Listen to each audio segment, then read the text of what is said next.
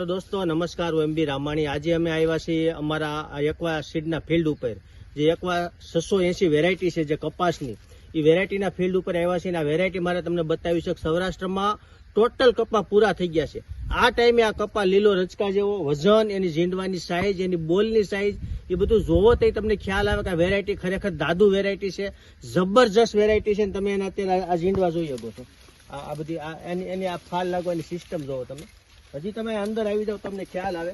આ બધું બતાવી તો ઝીંડવા, આ તમે ઝીંડવા જુઓ.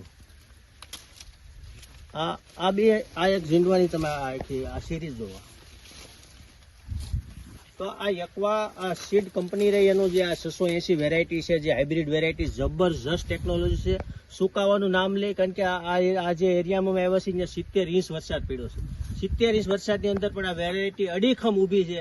એ મારે ખેડૂત બતાવવું છે કે આવતી સાલ તમે જ્યારે પ્લાનિંગ કરતા હોય તો આપણું સૌરાષ્ટ્રનું સૌથી માથાનો દુખાવો હોય તો કપાસ સુકાઈ જાવો, અધકચરો થઈને ઊભો રહી જાવો, એમાં વજન નું આવું, એ બધા સામે સુસ્યા બિલકુલ આમાં આવતા નથી. તમે આની એક વેરાયટી તમે જુઓ. આ બધી આ એની ફ્લાવરિંગ લાગવાની સિસ્ટમ જુઓ.